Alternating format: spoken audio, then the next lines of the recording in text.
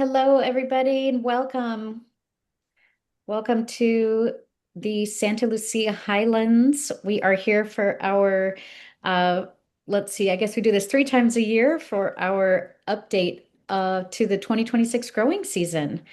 There's a lot to talk about, so we are excited to be here. I'm going to give this one more minute for a few more participants to join. While we do that, I want to remind you that the chat is open. Feel free to drop any questions you have into the chat. Our team here will do what they can to either answer you directly, or we'll probably call out some questions from the chat as well.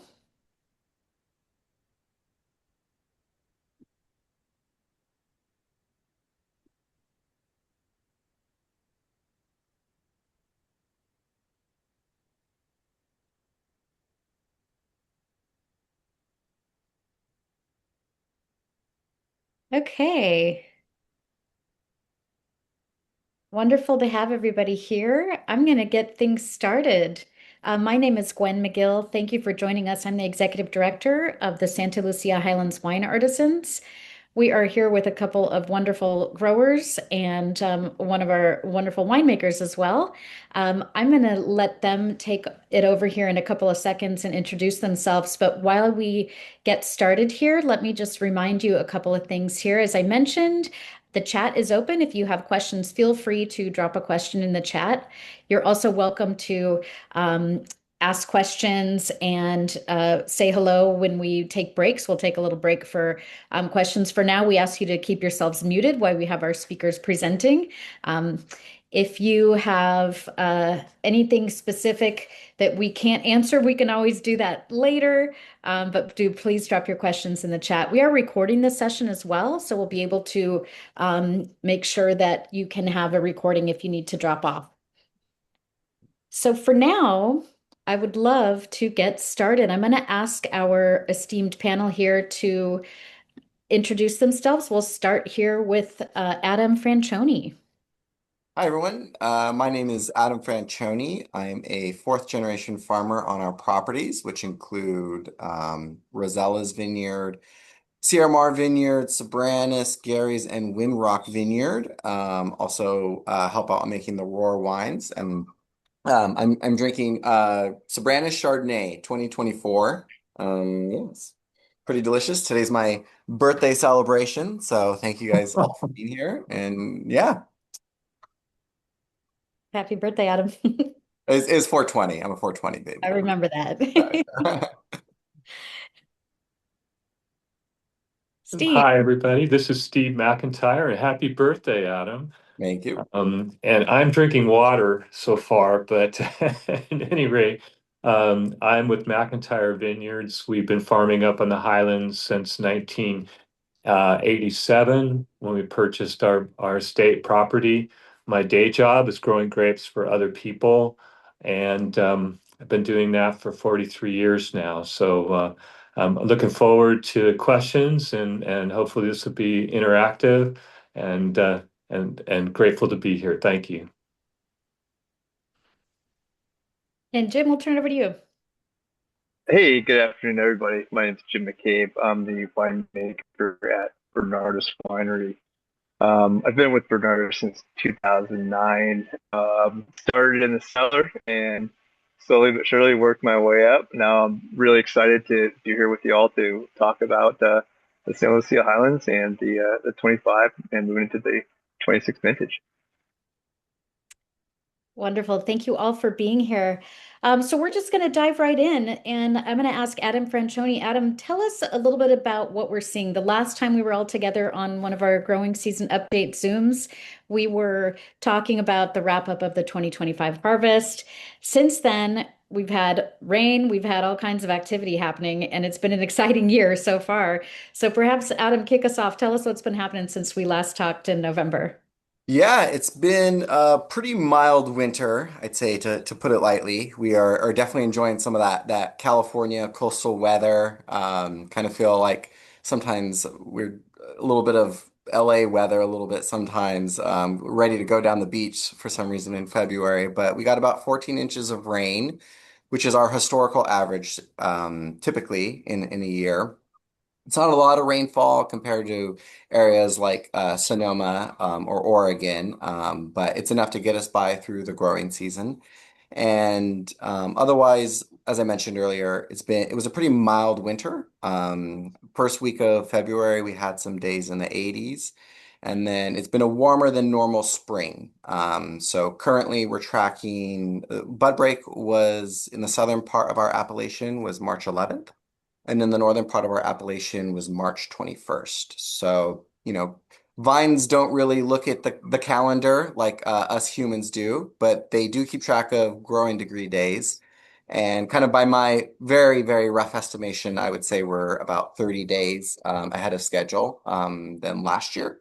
And last year was a pretty, I'd say, classic Santa Lucia Highlands growing year in terms of weather, in terms of harvest dates, kind of all the key points. So um, always excited to see what the year will bring to us. But yeah, right now we're tracking a little bit earlier than in years previous. So Steve, what are you seeing out there so far? Well, I think the calendar is wrong. I was driving down River Road yesterday and I saw where one of our neighbors was Adam. It was Camus actually. They were hedging already. And that's just something we usually do in June. But that's how luxurious the shoot growth has been. Um, and, it's interesting. Adam talked about bud break. What really is the driving force behind bud break is the soil temperatures. And once they get above 55 degrees Fahrenheit, the vines start to wake up. And typically right now they're running into 70s at a foot of depth. And um, you know, the rainfall that we have received this year is nearly enough to dryland farm. We probably won't have to irrigate more than maybe once or twice this growing season, especially with these late rains, because we'll have enough moisture in the soil to provide for the vine's needs, except when it gets, if we get a heat dome or we get into temperatures in the high 90s. So that's a real nice benefit. And I agree. I think we're about 30 days beyond normal. So it's tracking this year for us is tracking on par with 1997. And that was a decent vintage. Once we get into veraison, if this warmth keeps up, we'll be ripening rather quickly because the days will be longer than they would be in October, and the average temperatures would be higher. So it could be a very accelerated harvest. I know some of the folks up on the North Coast are talking about harvesting Cabernet in August, which I'm not sure has been done before, at least in the Napa Valley floor. So that's we're in a race. The window's closing for various tasks that we need to do very quickly, like leaf pulling and shoot thinning. But well, that makes life exciting. Steve and Adam, we talked a little bit about a couple of weeks ago when we were together about rain. So the Santa Lucia Highlands is typically a lot less wet than people realize. I think, 10 to 14 is kind of the averages you always talk about. And this looked like this year we were on the high end there. What does that mean for the vines throughout the year? Adam, you want to take that one and I'll follow up? Yeah, sure. Yeah, I mean, for us, it's a great sign. It's very, very welcomed. A little bit is dependent on when it's raining. Currently, we have vineyards in the south that are going through flowering, and then we have vineyards in the north that are just starting to flower. So I don't know that I necessarily want a ton of rain during that flowering period, but as Steve had mentioned, the most important thing is getting those canopies up and getting a full healthy canopy so we can kind of carry ourselves through harvest without having to irrigate too often. And that's kind of, I think, the thing that I'm most cognizant of right now. I think the other thing that's been nice, even though it's been warmer, it hasn't been exceedingly warmer. And so we look at internode lengths and you know they're not out of whack. So when you see leaf to leaf, petiole, stem, it's not crazy. They're not too far apart from each other. So even though it's tracking a little bit earlier, I think our earliest date ever harvest is August 12th. We'll probably be around there. These late rains, I mean, we got almost an inch, 8/10 of an inch yesterday or a couple days ago. It's really welcomed. And for any of you, please come and visit us. There's not really a more beautiful time to visit Monterey, I'd say, than this point right now, because the hills are beautiful and green, and the ranches are all green, and there's a lot of vibrancy in our valley. And the weather, you can't beat it. It's beautiful. Yeah, not to mention the wildflowers. And Yeah. and I agree, the rains are just a blessing. It's much easier to deal with than a drought situation. The only question I usually get is, so what does the rain do during bloom and fruit set? And if you're an Oregon grape grower, that's your life. It's normal to have rain during that period. For us in the Highlands, it's not unusual, but it happens. And the rain doesn't have as much of an effect on bloom and fruit set as the cooler temperatures and overcast skies. So it's the sun that really affects the fruitfulness in terms of the cluster, the number of berries that are set, and the cluster size. I like to say that grapevines live in the present. So right now they're adjusting to these cool temperatures by not setting quite as many berries. They're figuring, well, if this weather is keeps up as this cool, I won't be able to ripen a crop as large a crop as I might otherwise. So that's what I mean by living in the present. They're adjusting in real time every day to the conditions that they face from the environment. So it's fun. And in terms of our timing on bud break, this looks like this is not a isolated thing to the Santa Lucia Highlands, right? We're seeing this kind of across the West Coast in terms of the early bud break. Absolutely, entire state for sure. Very interesting. We're going to talk a little bit about what some of that means in terms of winemaking in a minute. But I wanted to turn it back over to Adam because Adam and his crew at Roar have been doing some interesting things in the vineyards, and he's got some video and a couple of great photos for us. So, Adam, tell us what has been happening. Yeah, so we always like to say, and my dad always likes to say, spring has sprung. And that's kind of our alarm clock saying to kind of say, hey, it's time to get to work. The days are longer, the days are busier, and it's always fun because it means a new vintage is waking up. And spring's exciting, but not only for the new growth that's happening, but it's also because like a year like this, major transformations can happen in the vineyard. So one thing, apart from some of the things that Steve had mentioned we're doing, is in our vineyard, Sobranis and Rosella's vineyard, we're in the middle of chip budding.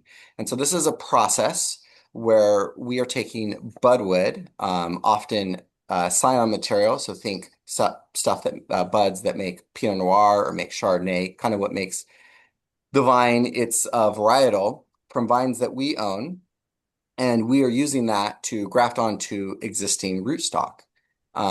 So really quick, before we get to some of the videos we're about to do, I just kind of want to go over some of the tedious work that we do to get to this video and some of the pictures we're about to see. So it's a lot of preparation, and we spend about 2 to 3 years prepping to this point. So we're doing things from one, just finding vines that have wood or what would be the shoots that have a specific diameter. We're checking each vine to kind of see what their production records have been over those 2 to 3 years. And maybe most importantly, we're checking each vine that we're about to select for the plant material, whether it has a virus or not. And all these processes kind of ensure that when we do get to the video, when we get to the point where we're about to get to, that we're using healthy, non-virus source material. So one other thing quickly as well, we're still not there yet, but once we've done all that over 2 to 3 years, we've marked each vine. And so we leave that plant material, those shoots that were the previous year's production, we leave it on the vine until the very last part of dormancy. And then right as the weather starts to get a little bit warmer and we start to see that the buds are starting to swell up a little bit, we will take that plant material, basically cut it off of the vine, and then we'll get it wet so that it stays moist and doesn't dry out. And then we'll put that material, those budwoods, in a cold box so that they don't get warmed up and so the buds don't start to grow. And so that's kind of what we do. And then we put right as the weather starts to warm up like it is now, we'll pull those out and then we'll start grafting on rootstock. So Gwen, if you don't mind sharing and posting here. So what they're doing there, this grafter who comes all the way from Arizona, this is all this guy does, is he is cutting little pieces of budwood of a scion of Chardonnay, and so that's him taking that off. So then the next video, um, here he is basically making an angled cut that closely matches the budwood, which was the previous video. And he's basically taking that and matching it so that he can put that into right there into the rootstock. And you can see him push that little piece of budwood into the rootstock. And then he's going to tape it up here so it stays secured. And so it's a bit like making your own puzzle, cutting your own puzzle, and then putting your own puzzle together. So this is an older rootstock. It's about 10 to 15 years old. It probably has a diameter of 7 to 8 inches, and we put 2 buds per side. And in about 3 to 4 weeks, those little buds will start to grow. And then in 2 years from the start of that process, they'll be fully trained and they'll producing hopefully great wine moving forward. So if you want to go to the next one. So here's some of the other things we look for. So each little shoot, which is about a couple feet long, gives us it has 4 to 5 buds on there, but they can only use roughly about 3.5 buds per stick. So about 80% of it can be used. And so one of the things they're looking for is the viability of each budwood. And so this is a photo of a very live, you can see the green tissue there. There's that little green part, and that just shows that it's a healthy bud and it's probably going to have a high success rate versus the next photo, which I apologize, I'm not a great photo taker. My wife always tells me that. But that is, you can see it's not as green, it's a little bit whiter there. And so that's something that probably has a very low success rate. And so we would not use that. It would just be discarded. So next one. This is at Rosella's vineyard. This is Pinot Noir, a special project we're doing right now. And so this is a younger rootstock. It is only 2 years old. It probably has a diameter of 3 to 4 inches. And so because it doesn't have as much surface space, we will only put one bud on there as well. And then I just want to mention it's a very it's a very high skill set that these guys have. As I mentioned, they come from Arizona. All they do is graft essentially, and they have a success rate of about 90%. We've tried it, I'm told, we've tried it in-house, and we've only had about 50% success rate. And the key of this is that they're essentially trying to align the cambium portion of the materials. So it's this green tissue that is essentially responsible for joining the graft union. And all the steps that I point to, all the 2 to 3 years that our team took walking, marking vines out, all the money we spent testing all this stuff to make sure it's clean, is all for naught, is wasted if he cannot line these two things up. And so there you can kind of see how well he lined it up. You can kind of see the darker wood versus the lighter wood. And you see a little sliver of green that's basically all that was not lined up and matched.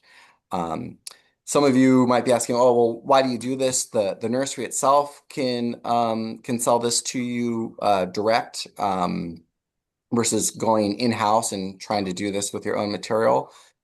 I think for us, we have worked with a lot of this plant material. Some of it is suitcase clone material that came directly from the person who brought it in.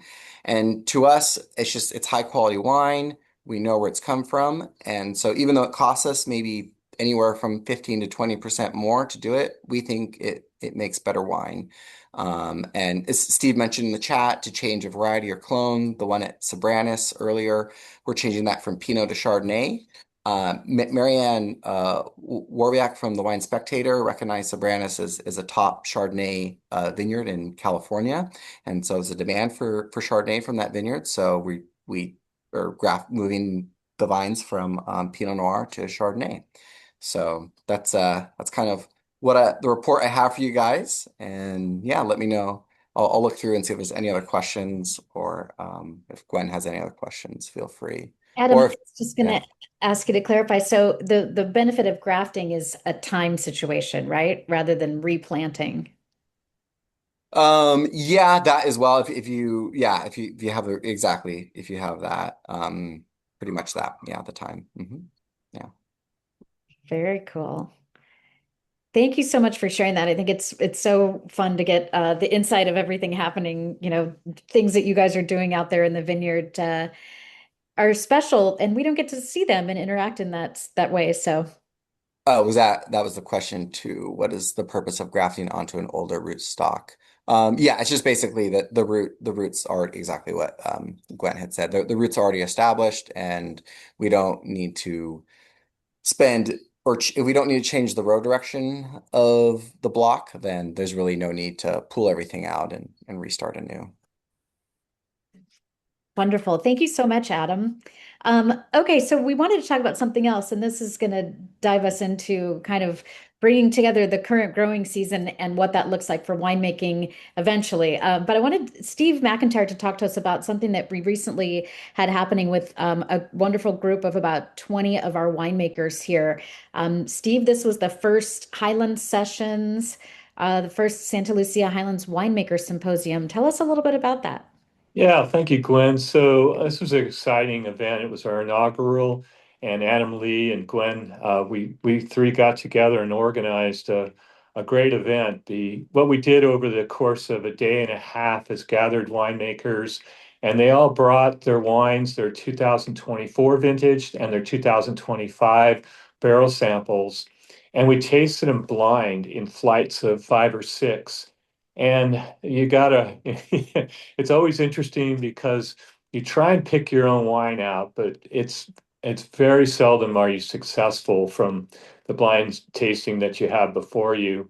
But you don't rate the wines, but you talk about the flavor and the texture, and you come up with all these descriptors. One of the most impactful ones I heard this time is a vinyl record smell. I mean, so there's some very descriptive words.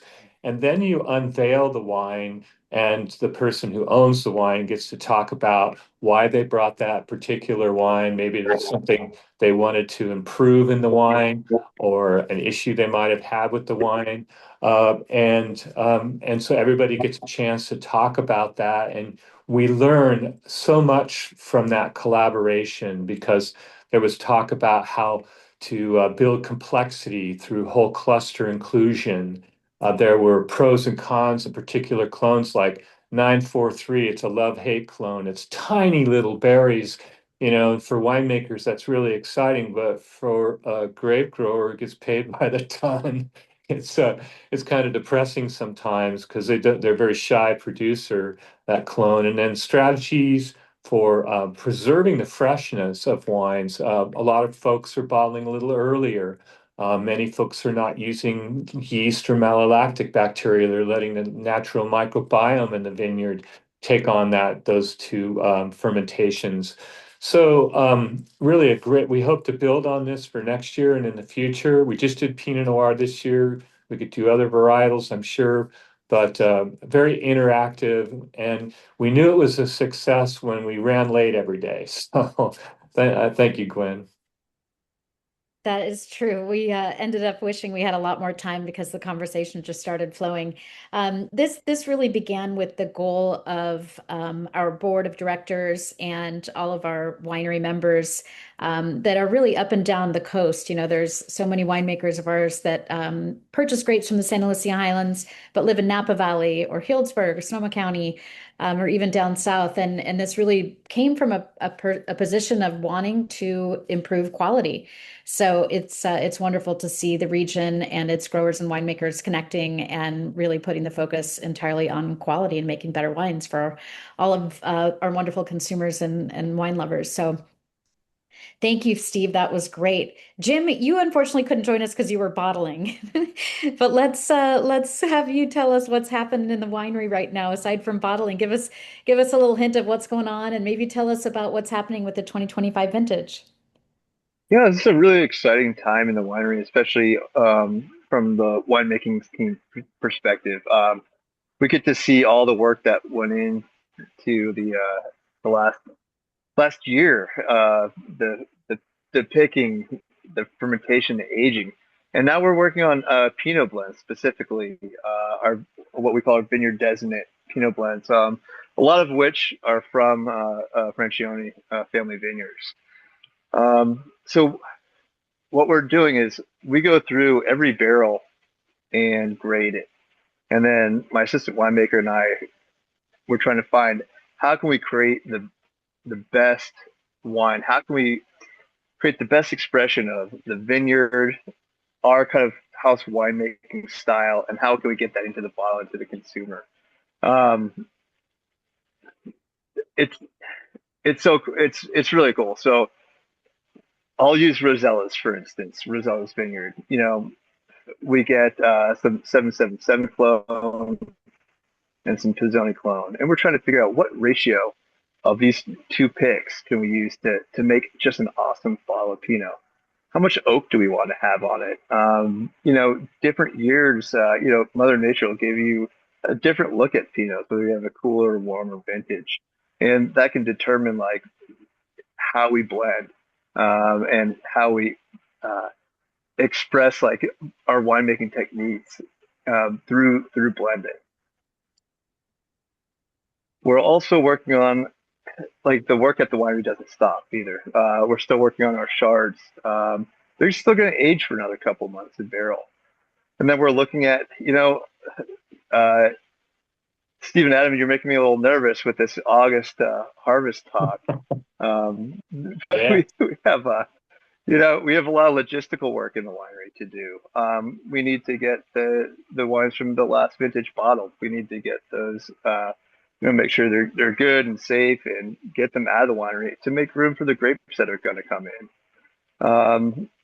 There's a lot of logistical work to prep the winery for harvest. It's we're transitioning from one type of winery work to another. Harvest season and then like not harvest season. It's a very different type of work. So we're looking at some of the not so attractive side of the wine making aspect. We're working on maintaining equipment. We're doing safety training. Um, we're asking ourselves like, okay, what was positive about the last vintage? Maybe where could we make improvements, and kind of analyzing and and keeping the good stuff, and maybe putting the stuff that we want to make improvements on behind. So it is an exciting time to be in the winery, and as we like kind of come up closer on getting our blends finalized, the other thing we'll do is like we'll do like a small vertical. This is something we did the other day at the winery, which is we took our kind of rough draft blend ideas, and we're looking at like, okay, what is the 24 vintage looking like? What is the 23 vintage like? Are we kind of hitting a consistent and like a high quality bar? Are we doing justice to the work that's happening in the vineyards with the wines we're making? And are we proud and happy with like how the blends are going? do we need to make small, like what we call tweaks? Maybe we want to use what we call like a 1 year barrel, a barrel that's seen wine before, as opposed to a new oak barrel. Or maybe when we want to figure out a ratio to blend them on. So these are all kind of questions we're asking of ourselves. And, while at the same time, like prepping for the wave of grapes that's going to come in August, apparently. Um, so, yeah, yeah, exciting time to be at the winery. Sounds like it. Well, Let's all ask any of you guys to chime in a little bit on the 2025 vintage. So I know that there's some tastings happening with some media. There's all kinds of tastings as you guys wrap things up before you get wines bottled. What can our consumers expect to see difference from the 2024 and the 2025 vintage in the bottle? Uh, I won't be as elegant as probably Jim or Steve, but one quick story on Jim, you're mentioning of like the nervousness of August. Something I don't know that maybe the consumer doesn't always think about, but and you don't cry as too much of a river because we are tasting wines in the spring. yeah, That yeah. is our job. But my best friend is actually getting married, and whenever someone gets married, I'm like, what date are they getting married? Like it's like this huge thing. And it came back August 7th, and I said, oh, I'm okay. This was back in the winter. And then, of course, now I'm like sweating bullets. I'm like, oh my gosh, we'll be picking and I'm gonna miss his wedding. So, Yeah. yeah, it's so frustrating. But 25 from 24, yeah, 24. Good vintage. I think it was to me, it was two different vintages. We had a little break in the action there, and the wines are very good. I think I really love in the little I've been tasting, but I really love the texture of, or excuse me, the structure. I think that will come out of the 2025 vintage. I think 2025 was, as I mentioned earlier, very typical SLH vintage in terms of all the markers, bud break, harvest. Harvest of each varietal was pretty on par with what we normally say we do in the San Lucia Highlands. So yeah, I'd say those are the differences. Yeah, for me, the 24 vintage was agonizingly slow to ripen. And Adam's right, there were two vintages really. There was the early when we got things going and thought, oh gosh, we'll be done by the middle of October. And then we got to the middle of October and there was still work to be done. But after the exceptional 23 vintage, 24 probably feels average, which isn't ever bad in the Highlands for sure. But the 25 is more on par with the 23 because we didn't really have any extremes, at least not late. Because extremes for me, cold, hot, whatever, extreme in weather, those are what cause us the most challenge. And so 25 was a kind of a Goldilocks for us. And I'm really excited, as Adam said, because of the texture and the aromatics. I think all of us are improving our game. I mean, we haven't been doing it nearly as long as Europe and other growing areas. So it's exciting to see the improvements start to pay off. And by that, I mean, different row spacing, trellises, clones, techniques, yada, yada, yada. We're building on the past and the shoulders of others, but it's not a revolution, it's an evolution. Jim? Um, as far as what we're seeing in the winery right now, 25, we had spectacularly clean fermentations. And I'm not sure like how to how deep to go on this, but sometimes you bring the grapes in and you kind of follow your protocols and the grapes fight you. The fermentation slows down or drags or might get a little too hot. Kind of the available nutrient load for the grape the people we brought in, but we just have these really wonderful, relatively fast fermentations. And so I think that's translated to these very clean wines. We have all these great options to blend together. 24 for us was a little trickier. We had to we really had to focus to really work at the blends and really tweak them. 25, I'm excited where the vintage is going to go. I think I mentioned before, like we were tasting these rough blends, and you can kind of get an idea when you taste. Okay, it's a very very young Pinot. It's not bottled yet, but you can see the trajectory of where the wines are going to go. And so I'm so excited to get the blends in bottle, have them bottle age a little bit, and retaste them. A year from now, when those wines start opening up and showing nicely compared to the older vintages. Thank you, Jim. Let's see, we've got a good question in here, and Adam and Steve said a little bit in the chat here, but Carl had a good question. Talking about the weather forecast, you've kind of seen about this extreme El Nino, and the prediction that there's going to be a warmer, but also more humid summer on the West Coast. And so he's asking, what effects will that have? Will it affect mildew or mold? What do we expect the humidity to do to grape growing this season, Adam or Steve? Well, one thing, Adam, I'll just jump in because I made a mistake on my chat. Um, Powdery mildew does not like moisture. It's hydrophobic. And in fact, if we get it, and we pray we don't, and we work really hard prophylactically to prevent it, but if we get it, we wash it off with soap and water, basically. So powdery mildew, unlike downy mildew, which you would get in the East Coast because of humidity, um, is is is different than one would think. It does not like moisture. Yep, nothing to add. And what does the extra humidity do to grape growing? Well, it increases the likelihood of botrytis, which, is no fun for sure. It's more of a hazard for for white varietals, botrytis, than it is for reds. Reds have some level of protection from the tannin, the phenolics in the skin, but they're certainly not immune. But it's just something, we'll have to watch and be prepared. But the good news is we're so windy that it's 100% humidity in the morning with fog, and by 4 o'clock in the afternoon, it's 20% because of the wind. We're always grateful for that wind. There's so much Yeah. to say thank you to the wind for in the Santa Lucia Highlands.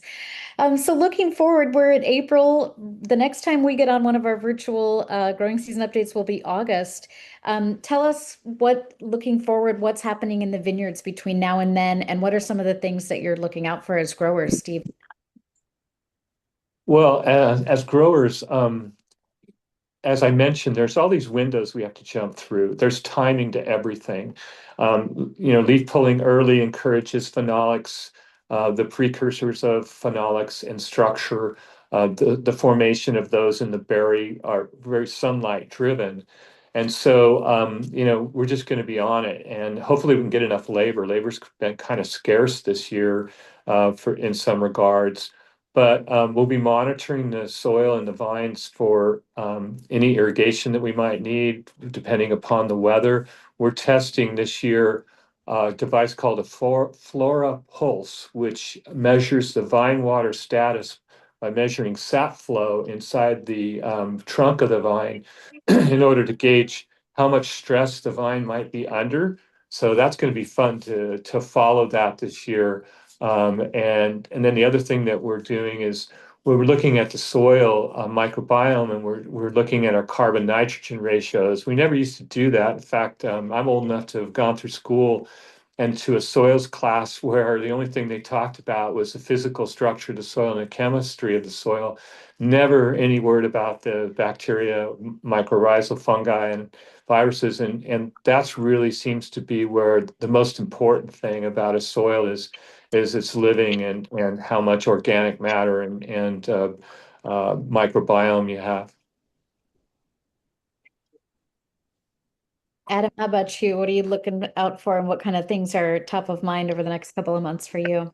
Yeah, on the stuff like above ground, I think we'll definitely be keeping track of our cluster counts. We'll be trying to make sure that we kind of hone that in. That's kind of the bit of Steve was talking a little bit about the science part, and then there's the other art part of wine, which there's no you know, right or wrong way as to how much yield you have. But for our preference, we like to have kind of a lower yield production to our blocks. So that's kind of what we'll be focusing in on the most. And then kind of as Steve mentioned, just having these very perfect clean canopies to kind of take advantage of our beautiful afternoon wind.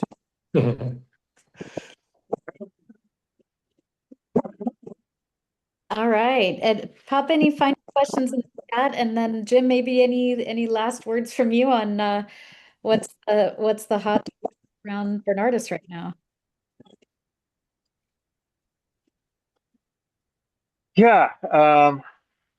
So after we finish our Pinot blends, really excited to get into our Chard blending stage, um, which comes after Pinot blends. We kind of time them a little bit differently due to logistics.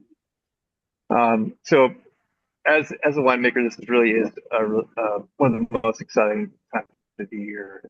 Um, and also like a little nerve wracking as well, because so a decision we made months and months ago could have a very very big impact on the direction of the wines, the quality of wines.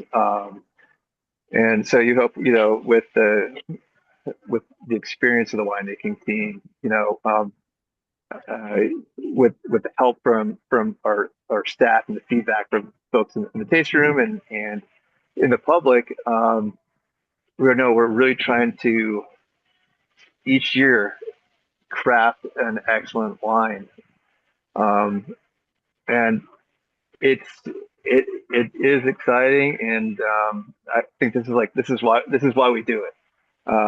It's the challenge, especially on a good year when like all the work you put in, just it just shows in the glass. Thank you. I can't wait to taste more of these 2025s. Well, thank you, everybody. It's been great to have you. I want to say a couple of reminders real quick. We are at the wonderful time of year. We're about to kick off our Sun, Wind, and Wine Festival Saturday, May 2nd. This is at Mare Soleil, a wonderful venue that is not open to the public. So it's kind of the only time of year you can actually go to Mare Soleil, experience the beautiful property there you can see behind us. We also are kicking off our online auction. So the online auction is in support of our good friends over at Rancho Cielo, the Drummond Culinary Academy, as well as our funds from the auction online support sommelier scholarships to our Somm Tour. Every year we bring a couple dozen sommeliers out from across the country. They explore the vineyards, they take back all the knowledge, and they put that to work on wine lists and restaurants in your towns right near you. So educating the future wine growers and vintners, perhaps, or at the very least, the wine directors at some of our top restaurants across the country is another priority for us as well here. So we'll hope you explore the online auction. That is, I put the link in the chat there. If anybody has any last questions, pop them in the chat. Otherwise, I think we'll sign off for the evening and we'll look forward to gathering up again in August. May have to take a look at that date since it sounds like you guys might be harvesting already. Thank you, everybody. Thank you, everybody. Wishing everybody a wonderful spring. Hope we see you on Saturday, May 2nd at the Sun, Wind, and Wine Festival. Thank you. Thank you. Thanks, everybody. Mhm.